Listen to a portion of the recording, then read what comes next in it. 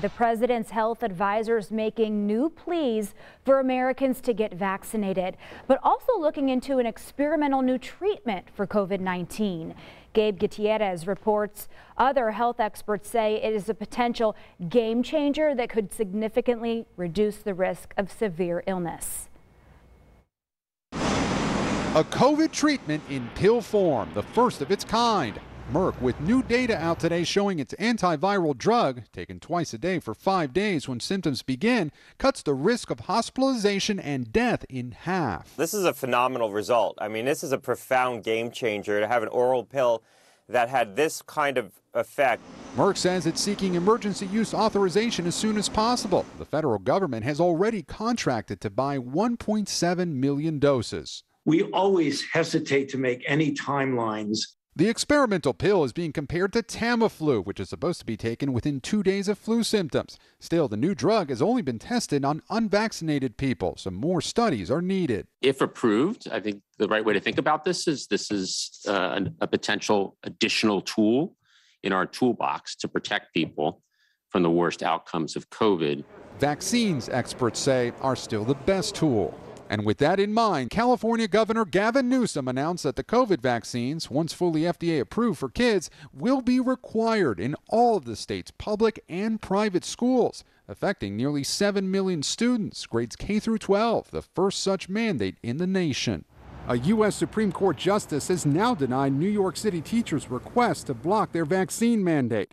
Meanwhile, the New York governor says 87% of the state's health care workers are now fully inoculated. Krista Michael from Rochester hasn't been and might soon be out of a job. I just don't want to take it right now. It's a personal choice that I feel in free America, I should have the ability to make the choice if and when I want to take it. Would you say that you got most of your information from online sources? Probably so. I've watched a lot of videos online from multiple doctors. Why would you trust those doctors and scientists over the FDA or the CDC? I don't really know how to answer that. I guess maybe I'm not there yet. The CDC director would not say whether she thought we're seeing the last major wave of the pandemic. Still, nationwide, new cases and hospitalizations are both down about 15% since last week. AstraZeneca is planning to apply for full FDA approval of its vaccine soon, potentially giving Americans a fourth option.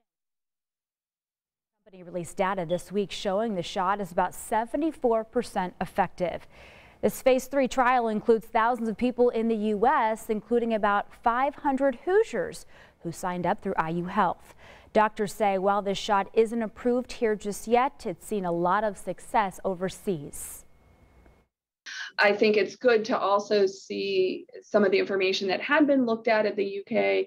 This vaccine was one of the most predominant vaccines used in the UK, along with the Pfizer vaccine, and showed still good activity against particularly severe disease, even for the Delta variant.